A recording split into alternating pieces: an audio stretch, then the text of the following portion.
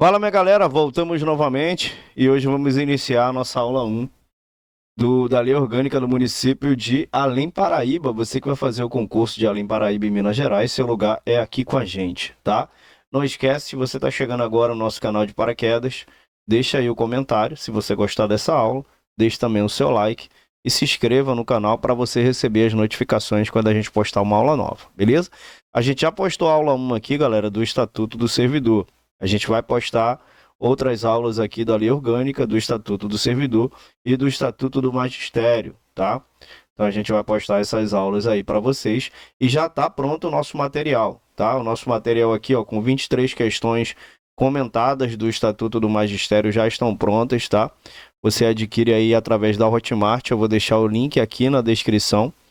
Você tem também aí, ó, 64 questões do Estatuto do Servidor, também todas elas comentadas, todas elas certinhas aqui para você poder treinar. E também você tem aí, ó, 50 questões, se eu não me engano, são 50 questões da lei orgânica. Deixa eu ver aqui. Isso aí, aqui, ó, 50 questões da lei orgânica do município aí de Além Paraíba, em Minas Gerais, beleza? Então você tem aí, ó, material super completo para você poder treinar por questões. A gente sabe que todo concurseiro ele tem uma dificuldade para arrumar um material, né, de qualidade e também para ter tempo para estudar.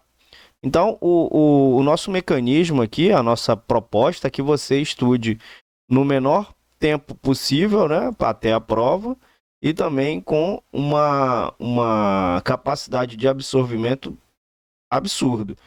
O estudo por questões, ele já é comprovado que é o melhor estudo que existe. Claro que você não pode deixar de fazer a leitura da lei seca, de assistir às aulas, mas as questões, elas são cruciais. Então a gente ainda coloca aqui nas questões um comentário para tipo te dar um insight de alguma coisa que você queira pesquisar, né? Ou para que você linke esse comentário até o artigo, né, que você está procurando a resposta, enfim. O comentário ele vai te ajudar bastante aí, tá? Então essas questões elas estão aqui na descrição do vídeo, você pode adquirir direto na Hotmart, tá? Você tem a garantia aí da Hotmart. E você tem, se você não quiser comprar pela Hotmart, você pode adquirir através do meu WhatsApp, que vai ficar aqui embaixo também, beleza? Lá na Hotmart você pode comprar no cartão de crédito, no Pix, no boleto, tá? No boleto tem aquela compensação bancária, demora um pouco mais, tá? No cartão de crédito ou no Pix, o arquivo é liberado imediatamente. Você vai entrar na plataforma, vai fazer o download do arquivo e ele é seu para tudo sempre, beleza? Show de bola. Então vamos começar a aula de hoje aqui falando da lei orgânica. Lembrando, galera, que a lei orgânica ela tem algumas emendas, tá? Então você tem que verificar se seu arquivo está atualizado para você estar estudando com o arquivo atualizado, que tem muitas emendas. Então existe um arquivo, eu vou deixar quando você realizar a compra do material, esse arquivo já vai atualizado para você, tá? Beleza? Show de bola. Maravilha, então vamos começar hoje falando aqui, ó, do artigo 1, né, das disposições preliminares. Mas o que quer dizer a lei orgânica do município? A lei orgânica do município nada mais é do que a Constituição do município, né? Então, na lei orgânica, você vai entender quem são os poderes que exercem o governo do município, né? Como que o prefeito, qual é a competência do prefeito, qual é a competência do município, qual é a competência dos vereadores, como que é feita as comissões, quais são os dias das comissões, enfim, você vai entender como que funciona o município, o que o município é proibido fazer, né? Então você vai entender como que o município ele rege, ele funciona, né? De acordo com a lei orgânica. Então a lei orgânica é como se fosse a Constituição do município. Existe a Constituição Federal, né? Então a lei orgânica ela é equiparada. Na verdade, a lei orgânica é basicamente tudo que tem na Constituição Federal, ela é muito parecida com a Constituição Federal. Claro que com algumas características diferentes por conta, né, de ser diferente do Brasil, né? Então, ele vai dizer aqui que o município de Alim Paraíba ele é integrado ao estado de Minas Gerais, né? Então, o município de Alim Paraíba ele está integrado ao estado de Minas Gerais. Ele é uma pessoa jurídica de direito público interno, Tiago, por que que ele é uma pessoa jurídica? Porque ele tem um CNPJ, é simples. A prefeitura, né, o município, ele é uma pessoa de direito público interno. Ele é uma pessoa jurídica de direito público interno. Ele tem um CNPJ, ele pode adquirir bens, ele pode alienar bens, enfim. Existem algumas é, diferenças de você ser pessoa física e você ser pessoa jurídica, né? Por exemplo, se você for processar alguma empresa, você não vai processar uma pessoa, você vai processar um grupo, que esse grupo é representado por um CNPJ, que é a empresa, tá? Então, é uma pessoa jurídica de direito público. Por que que é de direito público? Porque não é de direito privado, né? Ela é de direito público interno. Então, ela só funciona dentro do Brasil, dentro do município. Então, por isso que o município ele é uma pessoa jurídica de direito público interno. O Brasil, ele já é uma pessoa jurídica de direito público interno e externo, porque ele tem relações internacionais com outros países, né? Então, é tanto interno quanto externo. O município não. O município, ele é só interno, tá? Lembrando que o município, ele ganhou a emancipação depois da Constituição de 88, porque o Brasil, a República Federativa do Brasil, vou até escrever aqui para você ver, ó, a República Federativa do Brasil, ela é dividida em União, né? Aqui são os entes federativos, tá, galera? União, Estado, DF e município, tá? Então esses aqui são os entes federativos. É claro que isso daqui não existe hierarquia, mas existe uma harmonização entre os poderes, né? Então vem primeiro a União, Estado, DF e municípios. O município ganhou a emancipação depois da Constituição de 88. Agora, por que eu estou falando que ele é um ente federativo? Porque ele tem aqui, ó, autonomia. É diferente de ser soberano. O único soberano que tem é o Brasil, tá? É a União. O Brasil é soberano. Agora, o município não. O município ele não é soberano, mas ele tem autonomia. Quais são as autonomias? A política, administrativa e financeira. Então a política, ela tem autonomia política porque ela pode escolher seus próprios políticos, né? Ela pode ter ali autonomia para escolher seus próprios políticos, onde que vai ser remanejado todo mundo, onde que vai ficar, enfim. A autonomia administrativa também, o município ele tem autonomia para cobrar impostos, né, que é a financeira. Ele tem autonomia para escolher onde que serão os pontos de ônibus, onde que serão as feiras livres, né, a abertura e fechamento de comércios. Então, o município ele tem esse poder de administrar também o município. E a financeira, né, ele pode receber repasses, ele pode cobrar impostos, ele pode pagar os funcionários, né?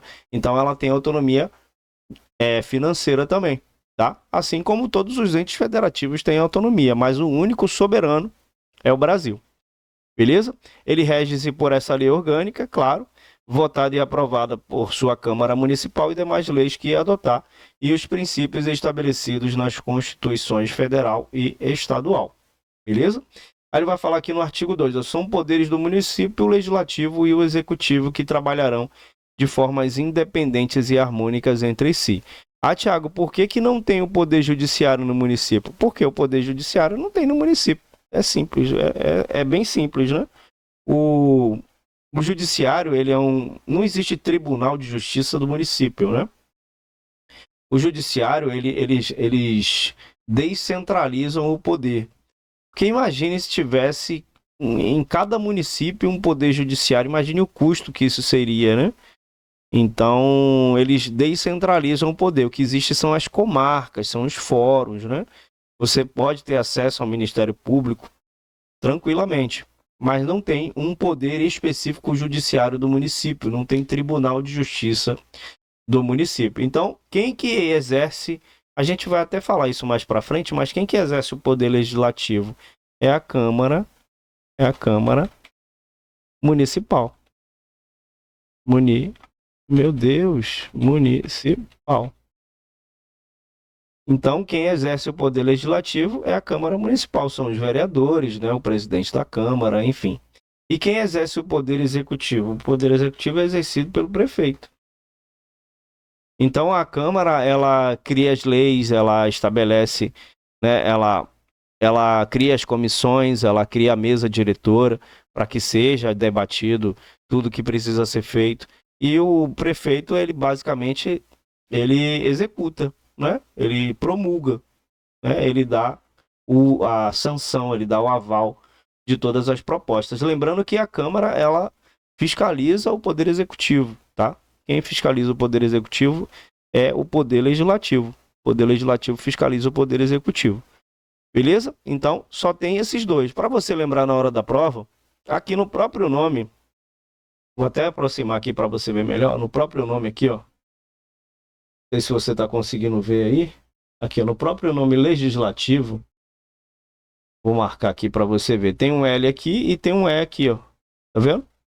Então, o L de legislativo e o E de executivo. No próprio nome legislativo já tem aqui o bizu, já tem já a informação para você gravar na hora da prova, tá?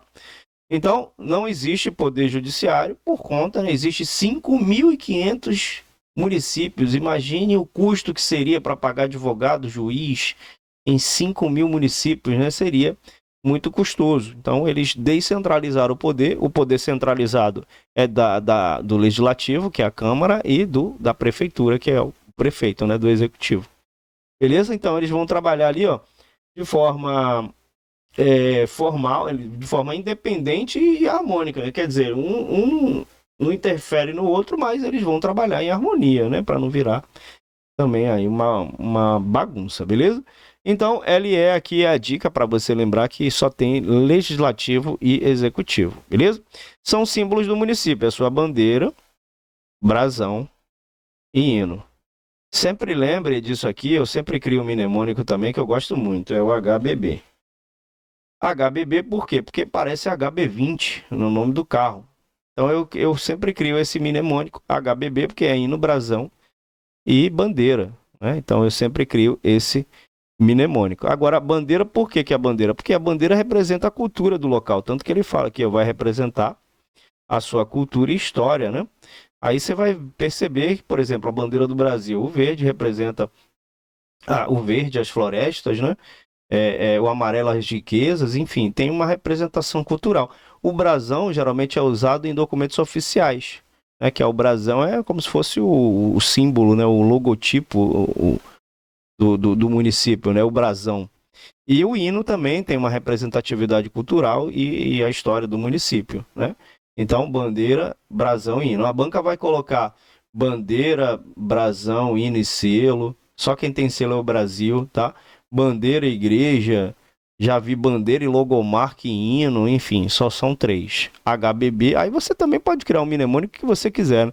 Pode ser HBB, pode ser BBH, pode ser HB, pode ser BHB, enfim, você cria o mnemônico que você achar legal, beleza? Show.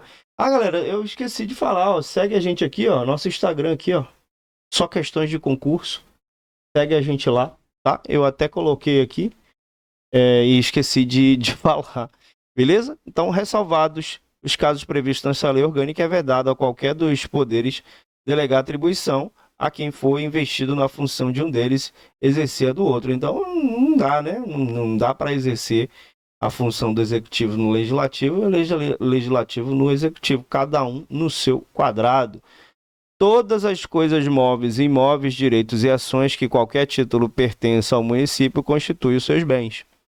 Então aqui ele está dizendo o quê? Que todas as coisas móveis, o que é móvel? Cadeira se move, né? Celular não, né? Computador, tablet, tudo que for do município, tudo que se mover são, né? Pertence ao município.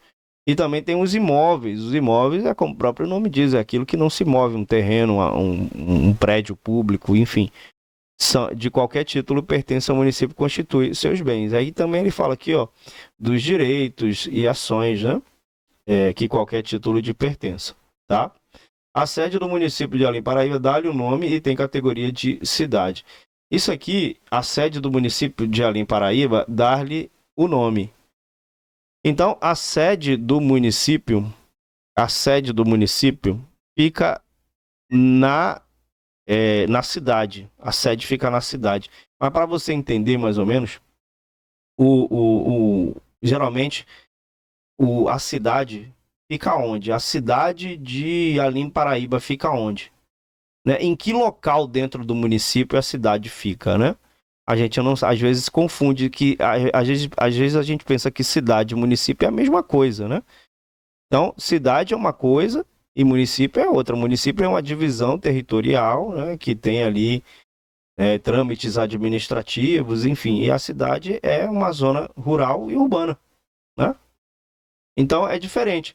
Mas assim, ele está dizendo aqui o seguinte: a sede geralmente é onde fica a prefeitura. A prefeitura, a Câmara dos Vereadores, é ali que é a sede. Geralmente a gente chama aquele lugar ali de cidade. Geralmente quando você vai para o centro da cidade, você fala, pô, vou lá na cidade. Né? Aqui a gente fala muito isso, vou lá na cidade. Então você vai para uma área que tem geralmente mais próximo da prefeitura, mais próximo dos centros comerciais, enfim, é onde se concentra mais pessoas, né? Então a gente chama aquele local de cidade. Então aquele bairro ali se chama cidade. Então a sede tem o mesmo nome, aquela ali, a sede é ali em Paraíba, e o município também se chama Alim Paraíba. Então é basicamente isso, tá? Então a sede do município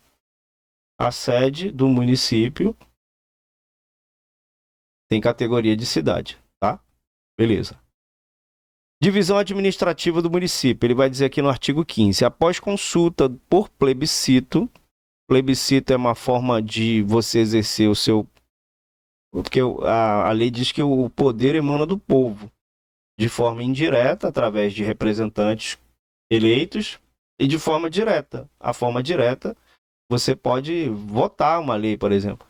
Teve a lei, se eu não me engano, do desarmamento em 2000 e... agora eu não vou lembrar. E aí você votou lá se era para ser votado, né? Se era para ser aprovado ou não. Né? Se eu não me engano, aquilo ali foi um referendo.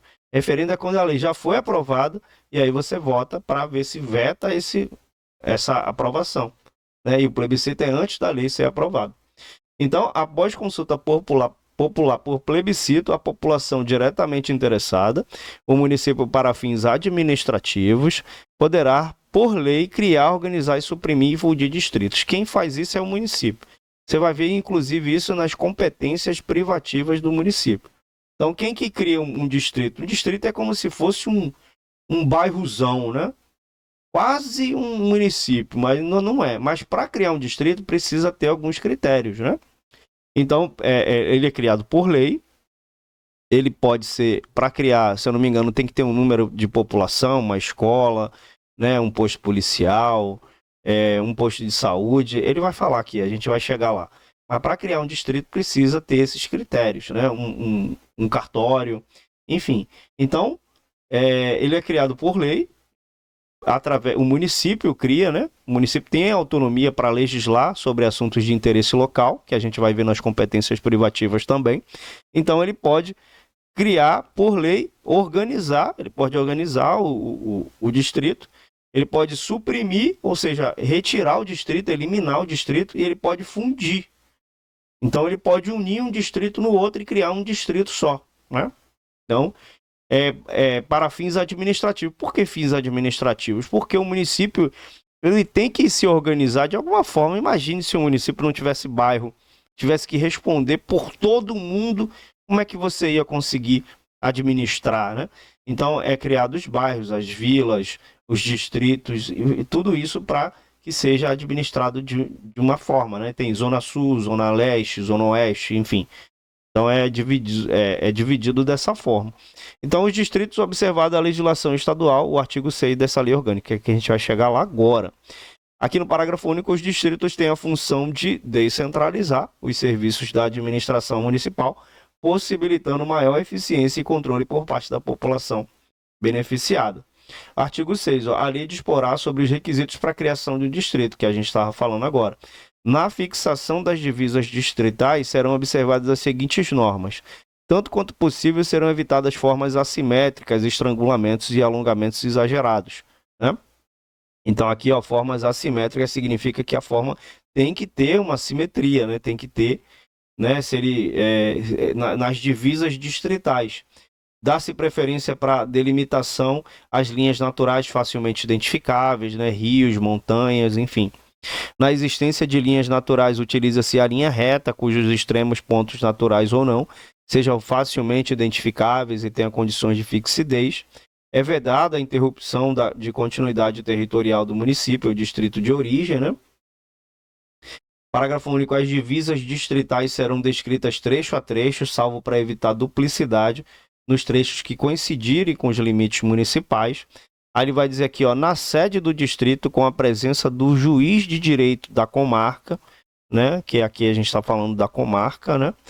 Far-se-á a instalação do distrito. Então, a sede do distrito é chamada de vila. Não sei se ele vai falar aqui vila. A sede do município é chamada de cidade e a sede do distrito é chamada de vila. Não sei se ele vai falar isso, mas vamos continuar. Beleza, artigo 9. Poderão ser criadas por iniciativa do prefeito e aprovadas pela Câmara Municipal de administrações regionais ou equivalentes. Aí ele vai falar aqui dos direitos do habitante do município. Fica assegurado a todo habitante do município, nos termos das Constituições da República e do Estado e da Lei Orgânica, o direito à educação, à saúde, ao trabalho, ao lazer, à segurança, à proteção, à maternidade e à infância, à assistência ao desamparado, ao transporte, à habitação e ao meio ambiente equilibrado. Todo poder emana do povo e o seu nome, né, e em seu nome é exercido direto ou indiretamente por representantes legais eleitos. Então aqui ele fala que todo poder emana do povo. Dá para colocar todo mundo dentro da prefeitura para exercer o seu poder? Não dá. Senão vai ser muita gente lá tentando governar o município. Então o que é que eles fazem? Eles fazem aqui, ó, exercido de forma direta. De forma direta é o quê? Ele vai falar aqui embaixo, ó, pelo plebiscito, aquilo que eu falei, né? Pelo referendo, pela iniciativa popular no processo legislativo, pela participação popular e pela ação fiscalizadora. Tudo isso aqui é você exercer o seu poder de forma direta, né? Então, são duas formas de você exercer o seu poder. De forma direta, através desses, né? Através dessa soberania popular, né? Que é pelo sufrágio universal. Ainda falou aqui do sufrágio. O sufrágio universal é o seu direito de votar, né? É o seu direito que você tem de votar de forma direta, de forma secreta, né? Com um valor unitário. Enfim, o sufrágio universal é o seu direito de voto. Então você pode exercer tanto diretamente, como pelo plebiscito, aquele, né, que você vai fazer uma votação, sim ou não, se vai ser aprovado a lei, né? Pelo referendo, a lei já foi aprovada, né? A lei já foi aprovada você vai ter que, inclusive, ir lá votar, né? Todo um processo igualzinho à votação. Só que nesse caso você vai aprovar se a lei vai ser aprovada ou não, né? Pela iniciativa popular, ou seja, vai organizar ali um grupo, tem que ter pelo menos 5% do eleitorado. Ele vai falar aqui, eu acho, tem que ter 5% do eleitorado, tem que ter certas assinaturas, enfim. Então essa é a sua forma de exercer o poder de forma direta. E a forma indireta é quando você vota, né? Você vai lá fazer o seu voto, como ele está falando aqui, ó. O voto é direto, ou seja, não tem nenhum intermediador, você vai votar direto na pessoa. E é secreto, você não precisa falar para ninguém quem que você votou, né? Então essa é a forma indireta de você exercer o seu poder. Você não vai conseguir colocar todo mundo lá dentro. O que é que eles fazem? Eles organizam partidos. Esses partidos, como o próprio nome diz, é partido, né? É um grupo de pessoas ali que vai partir, né? E aí você vai estudar as propostas e vai escolher. Então você vai escolher seus representantes. Então essa é a sua forma indireta de exercer o poder que vem de você mesmo, o poder que vem do povo. Beleza? Aqui, ó, a soberania popular se manifesta quando todos são assegurados condições dignas de existência e será exercida. Aí já falei aqui do sufrágio, pela participação popular, pela ação fiscalizadora sobre a administração pública, enfim. Então, a sociedade além paraibana é cultural e historicamente marcada pela presença da comunidade afro-brasileira. Posto isto, a prática de racismo constitui crime inafiançável e imprescritível, sujeito à pena de reclusão nos termos da Constituição Federal. Olha aí a lei orgânica trazendo aqui o Código Penal, né? O município, aqui no artigo 13, reconhece o caráter multirracial do povo e da cultura brasileira implicando isso nos termos da lei, dentro dos limites de sua competência. Repudiar qualquer forma de discriminação, seja por motivo de raça, credo religioso, convicção política, opção sexual ou atividade profissional. Garantir o direito à liberdade e à prática de qualquer manifestação cultural ou religiosa, independente de sua origem racial, social ou geográfica. E vedar a veiculação de imagens e de mensagens portadoras de quaisquer formas de discriminação. Então, isso aqui é muito tranquilo, né? Artigo 14. É inviolável a liberdade de consciência e de crença, sendo assegurado o livre exercício de qualquer culto, de quaisquer cultos religiosos, sendo garantida a proteção dos seus locais e de suas liturgias. Está dizendo aqui, isso aqui está na Constituição Federal, né? Porque o Brasil é um país laico, né? Não tem uma religião definida pelo Estado para definir que religião que você deve seguir. Aqui a gente tem a liberdade, aqui, ó, livre exercício de qualquer culto religioso, beleza? Inclusive, o município ele é vedado, a gente vai chegar nessa aula, ele é vedado de criar um culto religioso próprio do município, né? Ele não pode, né? Não pode, você nunca viu a igreja municipal do Reino de Deus, né? Não existe. Então ela tem que respeitar também, ela não pode criar um culto religioso do próprio município. E aí, bens municipais, aí ele vai falar aqui no artigo 15, o prefeito municipal ele compete à administração dos bens municipais, respeitada a competência da Câmara Municipal na administração dos bens utilizados em seu serviço. Então, o prefeito municipal aqui, ó, compete à administração dos bens municipais. Então, ele fica incumbido aí de administrar os bens municipais, tanto imóveis, lembra, quanto os imóveis, carro, computador, prédios públicos, terrenos. Então, ele administra, né? A esses bens, né? Aí, respeitada a competência também aqui, ó, da Câmara Municipal na administração dos bens utilizados em seus serviços. Todos os bens municipais deverão ser cadastrados com a identificação respectiva, numerando-se os móveis segundo o que for estabelecido em regulamento, os quais ficarão sob responsabilidade da secretaria, diretoria ou divisão a que forem distribuídos. Os bens patrimoniais do município deverão ser classificados pela sua natureza em relação a cada serviço, né? Pela sua natureza e em relação a cada serviço. Parágrafo único. Deverá ser feita anualmente a conferência da escrituração patrimonial com os bens existentes e na prestação de contas de cada exercício será incluído o inventário de todos os bens municipais, né? Então, tem que ter o inventário aí de todos os bens municipais. Deverá ser feita anualmente, tá? A conferência aí da escrituração patrimonial. A alienação dos bens, ou seja, a venda, né, de bens municipais subordinados à existência de interesse público, devidamente justificado, será sempre procedida de avaliação e obedecerá às seguintes normas. Quando imóveis, dependerá de autorização legislativa, né? Autorização do legislativo, do governo, né? Legislativo, e concorrência pública dispensada, esta no caso de doação e permuta. Quando móveis, dependerá de licitação, dispensada, esta somente nos seguintes casos. A gente vai explicar aqui para vocês isso daqui, né, o inciso 1 e 2, para você ficar ciente do que significa, beleza? Então aqui vou botar até grandão aqui para você ver melhor, né? Nesse inciso 1 aqui, quando imóveis dependerá de autorização legislativa e concorrência pública dispensada, esta nos casos de doação e permuta, beleza? Então aqui, antes da alienação, né, antes da venda do imóvel, é preciso obter a autorização ali da legislação competente, ou seja, da Câmara Municipal, né? E aí tem a concorrência pública. Então, em princípio, a alienação dos imóveis municipais, ela deve ser realizada por meio de um processo de concorrência pública, onde interessados podem apresentar ali propostas para aquisição dos bens, né? No entanto, há uma exceção a essa regra, como nos casos de doação, né, que é uma transferência sem exigência de pagamento, e permuta, que é a troca por outro bem, tá?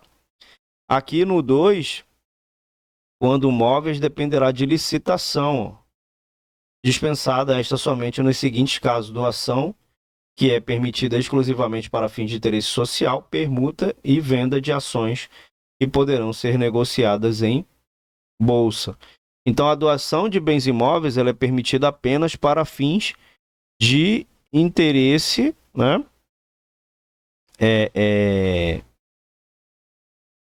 Para fins de interesse social. Então, isso significa que a transferência gratuita desses bens só pode ocorrer quando há um propósito social relevante, com a promoção de atividades culturais, educacionais, né, assistenciais, entre outros.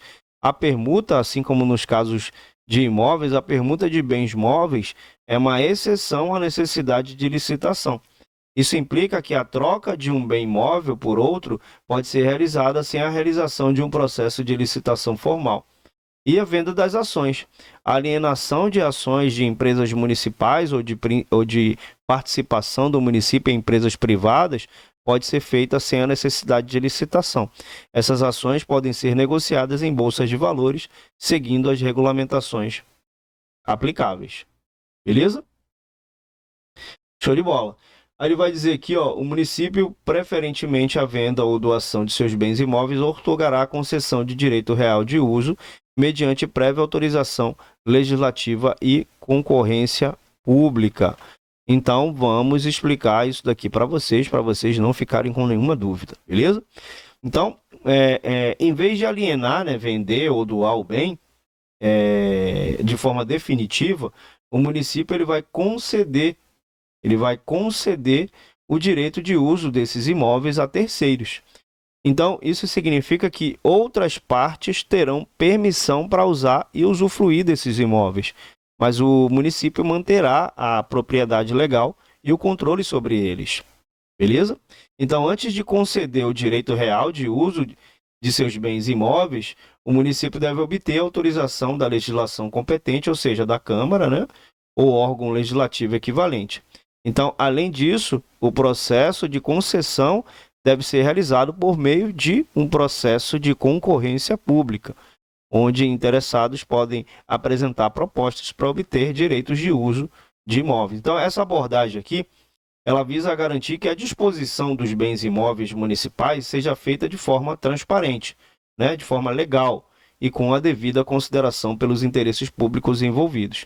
Então, conceder o direito de uso, em vez de vender ou doar os imóveis, pode permitir ao município manter um certo controle sobre esses ativos, ao mesmo tempo, aproveitar os benefícios de sua utilização por terceiros. Beleza? Aí no parágrafo 1, a concorrência poderá ser dispensada por lei, né? Vamos ler aqui, ó. A gente está aqui no parágrafo 1. A concorrência poderá ser dispensada por lei quando o uso se destinar a concessionária de serviço público e entidade assistencial, ou quando houver relevante interesse público devidamente justificado. Então, vamos explicar na íntegra o que significa esse parágrafo, né? Então, se o uso dos bens imóveis se destinar a uma empresa ou entidade responsável pela prestação de um serviço público, né, como energia, água, transporte, a concorrência pública pode ser dispensada por meio de uma lei específica. O que significa isso, Tiago? Isso significa que a entidade ela pode receber a concessão do direito de uso sem a necessidade de participar de um processo de concorrência pública. Então, da mesma forma, se os bens imóveis forem destinados ao uso por uma entidade assistencial, como uma organização sem fins lucrativos, que presta serviços sociais, a concorrência pública pode ser dispensada mediante lei específica. Então, a concorrência pública também pode ser dispensada quando houver um interesse público relevante e devidamente justificado para isso. Então, essa dispensa também deve ser regulamentada por lei específica, que deverá explicar os motivos que tornam a dispensa da concorrência justificada. Então, essas disposições, elas fornecem o quê? Uma flexibilidade à administração municipal para decidir quando é apropriado dispensar a concorrência pública na concessão do direito real de uso de seus bens imóveis, desde que haja justificativa legal e que o interesse público seja devidamente protegido. Há vendas aos proprietários de imóveis lindeiros, né? Estou lendo essa parte aqui, ó, lindeiros, de áreas urbanas remanescentes e inaproveitáveis para edificações, resultante de obras públicas dependerá apenas de prévia avaliação. Então, vamos entender, né? Essa lei orgânica ela é um pouco chatinha, mas vamos entender aqui. Então, essa disposição, ela se refere à venda de partes de terrenos urbanos que sobraram após a conclusão de obras públicas, como a construção de estradas, praças e outras infraestruturas. Então, os proprietários lindeiros, né, são aqueles que possuem imóveis contíguos ou adjacentes às áreas urbanas remanescentes. Em outras palavras, são os proprietários cujas propriedades fazem fronteira com essas áreas que sobraram. Então, a venda dessas áreas urbanas remanescentes aos proprietários lindeiros só depende de uma avaliação prévia. Então, isso significa que antes de proceder com a venda, é necessário avaliar o valor dessas áreas para determinar um preço justo de venda. Então, essa disposição ela visa facilitar o quê? A alienação de áreas urbanas remanescentes que são adequadas para edificações ou para outros usos públicos, permitindo que os proprietários vizinhos assim adquiri-las, né? Assim possam adquiri-las de forma simplificada, desde que seja realizada uma avaliação prévia para estabelecer o valor da venda. Então, isso pode contribuir para a eficiência na gestão de terras urbanas, né, para a resolução ali de questões de propriedade de forma direta e transparente. Aqui no artigo 20, a aquisição de bens imóveis por compra ou permuta dependerá de prévia avaliação e autorização legislativa. Então, ele está dizendo que a aquisição de bens imóveis, né, por compra ou permuta, compra ou troca, né? Permuta é troca, compra ou troca. Dependerá de prévia avaliação da autorização legislativa, ou seja, da Câmara Legislativa. Beleza? Fica proibida a doação ou venda de qualquer fração de parque, praça, jardim ou largos públicos, salvo a concessão de uso de pequenos espaços destinados à venda de jornais, revistas, refrigerantes, sorvetes, sanduíches e similares. Beleza? Então, fica proibido aqui, ó, a doação ou venda de qualquer fração de parque, praça, jardim ou largos públicos, ok? O uso de bens municipais por terceiros poderá ser feito mediante concessão. Então, vamos entender aqui, ó, ou permissão a título precário, conforme o interesse público exigir. Tiago, essa lei orgânica ela é extremamente difícil, não é não? Ela é tranquila. Então, concessão, vamos entender o que significa concessão.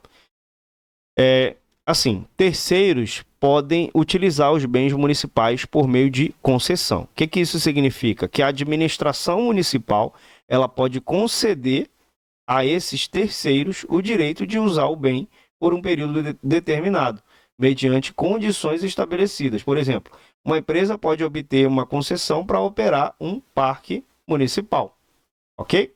Além da concessão, terceiros também podem utilizar os bens municipais por meio de permissão a título precário. Isso implica que a administração municipal pode autorizar, né, o uso temporário desses bens sem estabelecer direitos de longo prazo ou garantias substanciais para o usuário. Por exemplo, uma comunidade pode obter permissão precária para organizar um evento em um espaço público municipal. Então, essas duas formas de uso de bens municipais, concessão e permissão a título precário, oferecem flexibilidade à administração municipal para atender às necessidades e demandas da comunidade, conforme ali o interesse público exigir. Então, a escolha entre concessão e permissão precária dependerá das circunstâncias específicas e das considerações sobre o uso eficiente e adequado dos bens municipais. Ok? Então, aí no parágrafo 1 ele vai dizer o quê? A concessão de uso dos bens públicos de uso especial e dominais dependerá de lei e a ocorrência será feita mediante contrato, sobre pena de nulidade do ato, ressalvada a hipótese no parágrafo 1 do artigo 19 dessa lei orgânica. Beleza? Show de bola. Então, a concessão administrativa de bens públicos de uso comum somente poderá ser otorgada para finalidades escolares, né, assistência social, turística, mediante autorização legislativa. Então, ele está dizendo aqui, ó, que a concessão administrativa de bens públicos só pode ter essa finalidade aqui, ó, escolares, assistência social e turística. A permissão de uso que poderá incidir sobre qualquer bem público será feita a título precário por ato unilateral do prefeito através de decreto. Beleza? Então vamos entender aqui para ficar tudo na moral para você entender. Lembrando, galera, que se você estiver gostando desse conteúdo, deixa o like aqui pro Titi, tá? Deixa também seu comentário se você quiser uma aula 2 e também se inscreve no canal para receber as notificações. Beleza? Quando a gente postar uma aula nova. Show de bola, vamos lá, voltando aqui. Então, essa disposição, ela vai permitir que a permissão de uso ela seja aplicada a qualquer bem público. O que inclui não apenas os bens municipais, mas também outros bens públicos pertencentes ao município. Então, a permissão de uso é concedida a título precário. O que significa? Que não confere direitos permanentes ou de longo prazo ao usuário. Em vez disso, é uma autorização temporária e revogável que pode ser retirada a qualquer momento pela autoridade competente. Então, a permissão de uso é concedida por meio de um ato unilateral do prefeito, ou seja, não requer a aprovação ou o consentimento de outras autoridades ou órgãos governamentais. Essa permissão é formalizada através de um decreto emitido pelo prefeito. Ok? Show! Aqui no artigo 23, poderão ser cedidos a particulares para serviços transitórios, máquinas e operadores